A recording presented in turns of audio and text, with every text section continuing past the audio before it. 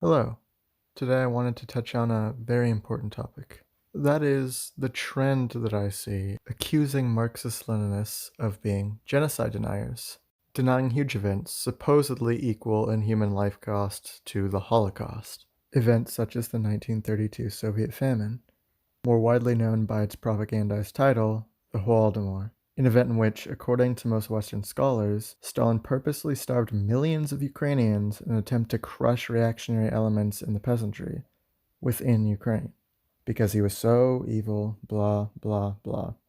Liberals and anarchists usually pose the historic defense of this event, labeling anyone who dares to contradict the Western bourgeoisie narrative as a red fascist, a tanky, a bloodthirsty Stalinist, a genocide denier equivalent to a Nazi denying the Holocaust. A tactic that the bourgeoisie in the First World often use is to equate fascism with socialism or Marxism, in an attempt to muddy the waters so the working class doesn't want to support a revolutionary working class movement. But, as anyone with half a brainstem will tell you, this is all nonsense.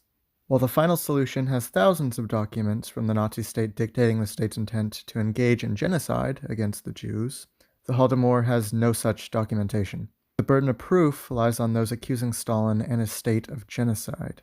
There's literally no proof of this intention by the state. In fact, the state actively ceased grain exportation in order to feed the affected regions of the USSR, something not commonly seen within a genocide. The reasons for the famine were most likely the overgrowth of weeds in the countryside farms, a disregard by the local officials and peasants to properly take care of their crops, and of course, horrible weather conditions, along with improper local government reactions to the problems in Ukraine.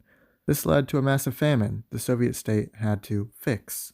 Of course, one of the only reasons the Soviet Union experienced famines in the first place was that the Western powers refused the Soviet Union's offer to trade with gold or other numerous resources other than grain. The imperial blockade on gold affected the Soviet economy in such a way that they had to export grain in exchange for resources to industrialize a backwards feudal nation. This was quite obviously a purposeful attempt to destabilize and starve the Soviet population by Western powers.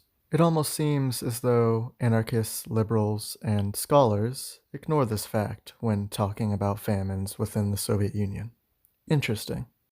As Marxist-Leninists, it is obviously important to question the media around us, especially historical media dictated to us by the bourgeoisie. A critical, dialectical materialist analysis of history is important. When dealing with Cold War-era exaggerations or falsifications, it's important to question those who claim that these huge atrocities under socialism occurred from a single man dictating everything all at once. That's all for now. I'll see you in the next one, comrades.